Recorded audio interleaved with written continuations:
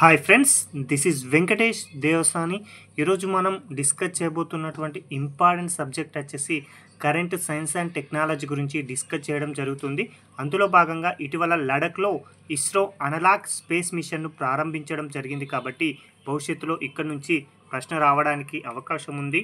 అయితే ఈ స్పేస్ మిషన్ను ఎందుకోసం ఏర్పాటు చేశారనేది మనకు తెలిసుండాలండి. చంద్రుడు, అంగారకుడు వంటి గమ్యస్థానాలకు వ్యోమగాములను పంపడం కోసమై ఇటీవల కాలంలో ఇస్రో కసరత్తునైతే ప్రారంభించింది. అందులో భాగంగానే లడఖ్లో ఉన్నటువంటి లేహ్లో ఈ యొక్క అనలాగ్ స్పేస్ మిషన్కి అయితే శ్రీకారం చుట్టింది. ఎందుకోసం ఈ యొక్క స్పేస్ మిషన్ను ప్రారంభించారు అంటే భూమికి వెలుపల అత్యంత ప్రతికూల వాతావరణ పరిస్థితుల్లో ఆవాసాలను ఏర్పాటు చేసుకుని అందులో వ్యోమగాముల మనుగడలో ఉన్నటువంటి ఇబ్బందులను అధ్యయనం చేయడం, అదేవిధంగా సంబంధిత పరిజ్ఞానాలను పరీక్షించడమే ఈ యొక్క స్పేస్ మిషన్ యొక్క ముఖ్య ఉద్దేశం అండి. దేశంలో ఈ తరహా ప్రయోగం చేయడం అనేది ఇదే మొదటిసారి. ఇంతవరకు ఎప్పుడు కూడా ఇలాంటి ప్రయోగాన్ని ఇస్రో చేయలేదండి. తొలిసారిగా చేయడం జరిగింది అని గుర్తుంచుకుంటే సరిపోతుంది. ఎగ్జామ్ పాయింట్ ఆఫ్ వ్యూలో అడుగుతారండి, భారతదేశంలో మొట్టమొదటిసారిగా ఇస్రో అనలాగ్ స్పేస్ మిషన్ను ఎక్కడ ప్రారంభించిందని అడుగుతాడు. లడఖ్ అని గుర్తుంచుకుంటే సరిపోతుంది.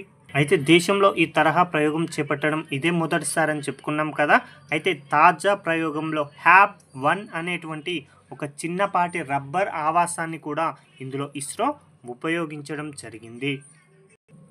మరొక అంశం అండి, భారత బాలిస్టిక్ క్షిపణి జలాంతర్గామి అయినటువంటి అరిదామన్ ఇటీవల కాలంలో జలప్రవేశం చేయడం జరిగింది. కాబట్టి ఇక్కడ నుంచి కూడా ప్రశ్న అడగడానికి అవకాశం ఉంది.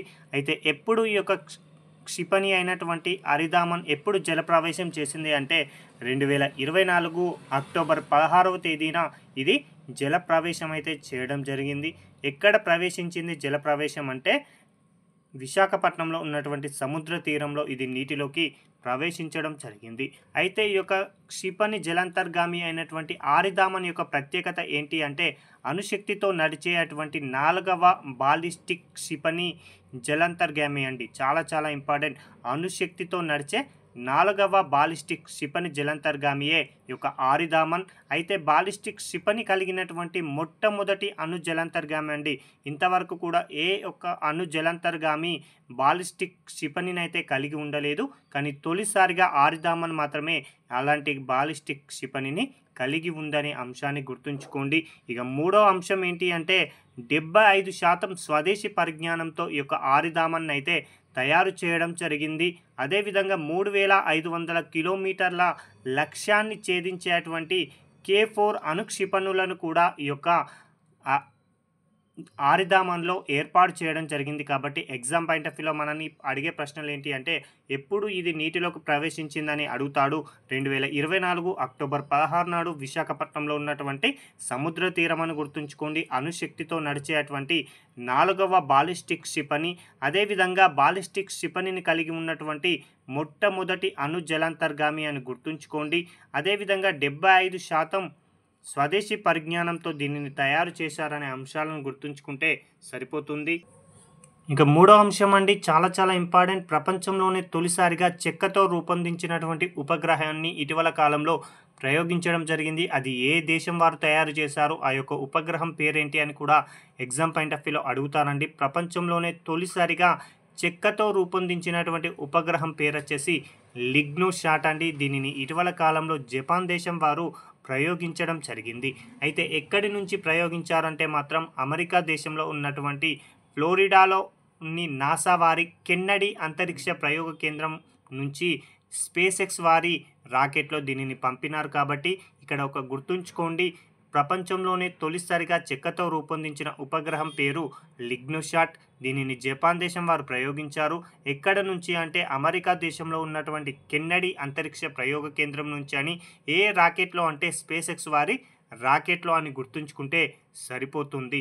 అయితే ఈ యొక్క లిగ్నోసాట్ అనేటువంటి ఉపగ్రహాన్ని సుమిటోయో ఫారెస్ట్రీ అనే కలప కంపెనీ యొక్క భాగస్వామ్యంతో క్యోటో విశ్వవిద్యాలయం వారు రూపొందించారండి. చాలా ఇంపార్టెంట్. లిగ్నోసాట్ అనే ఉపగ్రహాన్ని సుమిటోయో ఫారెస్ట్రీ అనేటువంటి కలప కంపెనీ భాగస్వామ్యంతో క్యోటో విశ్వవిద్యాలయం వారు రూపొందించడం జరిగింది. అయితే దీని యొక్క వెడల్పు వచ్చేసి 10 సెంటీమీటర్లు, దీని యొక్క బరువు వచ్చేసి కేవలం కిలో మాత్రమే ఉండడం జరుగుతుంది. అయితే ఈ యొక్క ఉపగ్రహం తయారు చేయడానికి ఏ చెట్టు కలపను ఉపయోగించారంటే హూనోకి అనేటువంటి చెట్టు కలపను దీనికోసం ఉపయోగించారండి. చాలా చాలా ఇంపార్టెంట్. ఇక మరొక అంశం అండి, హౌసాంగ్ 19 అనేటువంటి ప్రయోగాన్ని ఇటీవల కాలంలో ఉత్తర కొరియా దేశం వారు ప్రయోగించారు. హౌసాంగ్ 19 అనేటువంటి ప్రయోగాన్ని ఇటీవల ఏ దేశం వారు ప్రయోగించారని డైరెక్ట్ అడగవచ్చు. కాబట్టి ఉత్తర కొరియా వారు ప్రయోగించడం జరిగింది. ఇది అత్యంత శక్తివంతమైనటువంటి ఖండాంతర బాలిస్టిక్ క్షిపణి అండి. చాలా చాలా ఇంపార్టెంట్. ఇప్పటివరకు కూడా ఉత్తర కొరియా ప్రయోగించిన వాటిలో అత్యంత శక్తివంతమైన ఖండాంతర బాలిస్టిక్ క్షిపణి ఏంటి అంటే హౌసాంగ్ 19 అని గుర్తుంచుకోండి. అయితే ఇప్పటి వరకు ఆ దేశం పరీక్షించిన ఇతర క్షిపణుల కన్నా కూడా ఈ యొక్క క్షిపణి అనేది చాలా వరకు ఎత్తుగా వెళ్ళింది. అదే సమయంలో అత్యధిక సమయం కూడా గాల్లోనే ఈ యొక్క క్షిపణి అనేది ఉండడం జరిగింది. కాబట్టి ఇదండి దాని యొక్క ప్రత్యేకత. ఏంటి దీని ప్రత్యేకత అంటే ఇది ఇతర క్షిపణుల కన్నా ఇది చాలా ఎత్తుకు వెళ్ళింది మరియు ఎక్కువసేపు గాల్లో ఉండడం అనేది దీని యొక్క ప్రత్యేకత. అడుగుతారండి ఇటీవల ఏ దేశం వారు క్షిపణి హౌసాంగ్ 19ను ప్రయోగించారని డైరెక్ట్ అడగవచ్చు. కాబట్టి ఉత్తర కొరియాను గుర్తుంచుకుంటే సరిపోతుంది. ఇప్పుడు ఒక వ్యాక్సిన్ గురించి డిస్కస్ చేద్దామండి. ఆ యొక్క వ్యాక్సినే MEN5CV అనేటువంటి వ్యాక్సిన్. ఈ వ్యాక్సిన్ అనేది ఏ వ్యాధి కోసం రూపొందించారు, ఎవరు రూపొందించారు, మొట్టమొదటిసారిగా ఏ దేశంలో ప్రయోగించారు అనేవి ఎగ్జామ్ పాయింట్ ఆఫ్ వ్యూలో అడుగుతారండి. ఈ యొక్క MEN5CV అనేటువంటి వ్యాక్సిన్ నూతన మెనింజైటిస్ అనేటువంటి వ్యాధి కోసమై రూపొందించడం జరిగింది. అంటే ఇది మెదడు వ్యాప్కు సంబంధించినటువంటి వ్యాధిని నిర్మూలించాలనే ఉద్దేశంతో లేదా మెనింజైటిస్ అనేటువంటి వ్యాధిని నిర్మూలించాలనే ఉద్దేశంతో తీసుకొచ్చిన వ్యాక్సినే MEN5CV అని గుర్తుంచుకోండి. దీనిని అభివృద్ధి చేసింది సిరం ఇన్స్టిట్యూట్ ఆఫ్ ఇండియా అని మన భారతదేశానికి సంబంధించినటువంటి సిరం ఇన్స్టిట్యూట్ ఆఫ్ ఇండియా వారు. అదేవిధంగా పాత్ అనేటువంటి ఒక ఎన్జిఓతో, ఇది అమెరికా దేశంలో దీని యొక్క హెడ్ క్వార్టర్ ఉంటుంది, ఆ దేశం యొక్క ఎన్జిఓ సహకారంతో ఈ యొక్క వ్యాక్సిన్ అయితే సిరం ఇన్స్టిట్యూట్ వారు రూపొందించడం జరిగింది. అయితే ఈ యొక్క వ్యాక్సిన్ను రూపొందించేందుకోసమై నిధులను సమకూర్చినటువంటి దేశం వచ్చేసి బ్రిటన్ గవర్నమెంట్ ఈ యొక్క వ్యాక్సిన్కి తయారు కోసం అవసరమైనటువంటి ధన సహాయాన్ని అయితే చేయడం జరిగిందండి. అయితే ఈ యొక్క వ్యాక్సిన్ని ప్రపంచంలోనే తొలిసారిగా నైజీరియా దేశంలో ప్రవేశపెట్టడం జరిగింది. కాబట్టి ఇది చాలా చాలా ఇంపార్టెంట్ అండి. మెనింజైటిస్ వ్యాధికి నిర్మూలన కోసమై MEN5CV వ్యాక్సిన్ని తొలిసారిగా ఏ దేశంలో ప్రవేశపెట్టారు అంటే నైజీరియా దేశం అని గుర్తుంచుకోండి. ఇప్పుడు ఒక వ్యోమనౌక గురించి డిస్కస్ చేద్దామండి. ఆ యొక్క వ్యోమనౌక పేరేంటి అంటే యూరోపా క్లిప్పర్ అనేటువంటి ఒక వ్యోమనౌక ఇటీవల వార్తల్లో నిలవడం జరిగింది. ఎందుకోసం ఇది వార్తల్లో నిలిచిందంటే బృహస్పతి, మనం దీనినే గురుడు అంటాం, ఈ యొక్క గురుడు చుట్టూ పరిభ్రమిస్తున్నటువంటి యూరోపా అనేటువంటి చందమామ అనేది ఉంటుందండి. ఓకేనా, చాలా చాలా ఇంపార్టెంట్. బృహస్పతి చుట్టూ ఒక యూరోపా అనేటువంటి చందమామ పరిభ్రమిస్తుంది. అయితే ఆ చందమామ పైన జీవుల మనుగడకు అనువైనటువంటి పరిస్థితులు ఉన్నాయా లేదా అని శోధించేందుకోసమై అమెరికా అంతరిక్ష పరిశోధన సంస్థ నాసా వారు 2024 అక్టోబర్ 14వ తేదీన ఈ యొక్క వ్యోమనౌక యూరోపా క్లిప్పర్ అనేటువంటి వ్యోమనౌకను ప్రయోగించిందండి. ఎందుకోసం ప్రయోగించారు అంటే చెప్పాను కదా, బృహస్పతి లేదా గురుడు చుట్టూ యూరోపా అనేటువంటి ఒక చందమామ పరిభ్రమిస్తుంది. అలాంటి చందమామ పైన జీవుల మనుగడకు అనువైనటువంటి పరిస్థితులు ఉన్నాయా లేదా అని పరిశోధించడం కోసం అమెరికా దేశానికి చెందినటువంటి నాసా వారు 2024 అక్టోబర్ 14వ తేదీన 2024 అక్టోబర్ 14వ తేదీన యూరోపా క్లిప్పర్ అనేటువంటి వ్యోమనౌకనైతే ప్రయోగించింది. ఎక్కడి నుంచి ప్రయోగించారు అంటే అమెరికాలో ఉన్నటువంటి కెన్నడీ అంతరిక్ష ప్రయోగ కేంద్రం నుంచి ప్రయోగించడం జరిగింది. అయితే ఏ రాకెట్ ద్వారా అంటే మాత్రం ఫాల్కన్ హెవీ అనేటువంటి రాకెట్ ద్వారా ఈ యొక్క వ్యోమనౌకను పంపించడం జరిగింది.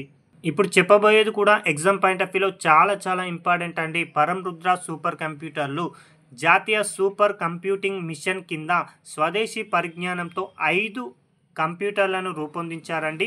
అందులో 3 పరంరుద్ర అనేటువంటి పేరుతో రూపొందించినటువంటి కంప్యూటర్లు కాగా మరో 2 వచ్చేసి అర్కా మరియు అరుణిక అనేటువంటి 2 కంప్యూటర్లను కూడా అంటే ఓవరాల్‌గా 5 కంప్యూటర్లను 2024 సెప్టెంబర్ 26వ తేదీన న్యూఢిల్లీ కేంద్రంగా ప్రధాని నరేంద్ర మోడీ గారు వర్చువల్‌గా ఈ యొక్క కంప్యూటర్లనైతే ప్రారంభించడం జరిగింది. అయితే ఇందులో పరం రుద్ర అనే పేరుతో ఏర్పాటు చేసినటువంటి 3 కంప్యూటర్లను దేశంలోని 3 ప్రదేశాలలో ఏర్పాటు చేయడం జరిగింది. అందులో ఢిల్లీ, కోల్కతా, పూణే అండి. ఎగ్జామ్ పాయింట్ ఆఫ్ వ్యూలో అడుగుతారండి. 2024 సెప్టెంబర్ 26వ తేదీన మోడీ గారు ప్రారంభించినటువంటి పరం రుద్ర కంప్యూటర్లను ఈ క్రింది ఏ ప్రదేశంలో ఏర్పాటు చేశారు, లేదా ఈ క్రింది వానిలో లేని ప్రదేశాన్ని గుర్తించండి అని అడుగుతాడు. కాబట్టి ఢిల్లీ, కోల్కతా, పూణే ఈ యొక్క 3 ప్రదేశాలలో ఈ యొక్క 3 పరం రుద్ర కంప్యూటర్లను అయితే ఏర్పాటు చేయగా, మరో 2 కంప్యూటర్లను అదే రోజున అంటే సెప్టెంబర్ 26, 2024న అదే ఢిల్లీ కేంద్రంగా వర్చువల్‌గా మోడీ గారు ప్రారంభించారు అండి. అయితే ఈ యొక్క అరుణిక అనేటువంటి సూపర్ కంప్యూటర్లు దేనికి సంబంధించినవి అంటే మాత్రం ఖచ్చితమైన వాతావరణ సూచనలను అందించాలనే ఉద్దేశంతోటి వీటినైతే ఏర్పాటు చేశారండి. ఖచ్చితమైనటువంటి వాతావరణం ఏ సమయానికి వర్షం రాబోతుంది, ఏ సమయంలో ఎండ తీవ్రత ఎంతగా ఉంటుంది, చలి తీవ్రత ఎంతగా ఉంటుందో పర్టిక్యులర్‌గా ఖచ్చితత్వంతో ఈ యొక్క కంప్యూటర్లు అనేవి సమాచారం అందించడం జరుగుతుంది. అలాంటి కంప్యూటర్లను 2024 సెప్టెంబర్ 26వ తేదీ నాడు ప్రారంభించడం జరిగింది. దీనికి కోసం మొత్తంగా ఎంత ఖర్చు చేశారు అంటే 850 కోట్ల రూపాయల వ్యయంతోటి ఒక కంప్యూటర్లను అయితే ఏర్పాటు చేయడం జరిగింది. అయితే అర్కాను పూణేలో ఉన్నటువంటి ఐఐటిఎంలో ఏర్పాటు చేయడం జరిగిందండి. అదే అరుణికను నోయిడాలో ఉన్నటువంటి ఎన్సిఎంఆర్ డబ్ల్యూఎఫ్ అనేటువంటి కేంద్రంలో ఏర్పాటు చేయడం జరిగింది. అయితే ఐఐటిఎం అంటే దాని యొక్క అబ్రివేషన్ కూడా మనకు తెలిసుండాలండి. ఇండియన్ ఇన్స్టిట్యూట్ ఆఫ్ ట్రోపికల్ మెటీరియాలజీని ఐఐటిఎం అంటాం. ఇది ఎక్కడ ఉంది అంటే పూణేలో ఉండడం జరిగింది. మరొకటి ఎన్సిఎంఆర్ డబ్ల్యూఎఫ్ దీనిని national centre for medium range weather forecasting అంటాం. ఇది నోయిడాలో ఉంది. ఇక్కడ అరుణికను ఏర్పాటు చేయడం జరిగింది. ఇక్కడ అర్కా యొక్క వేగం ఎంతగా ఉంది అంటే 11.77 పెటాఫ్లాప్స్ ఉండగా అరుణిక వచ్చేసి 8.24 పెటాఫ్లాప్స్ దీని యొక్క వేగం అని గుర్తుంచుకుంటే సరిపోతుందండి. ఇవండి ఈ రోజుకు సంబంధించినటువంటి ముఖ్యమైనటువంటి కరెంటు సైన్స్ అండ్ టెక్నాలజీకి సంబంధించినటువంటి అంశాలను మీ ముందుకు తీసుకురావడం జరిగింది. Thank you.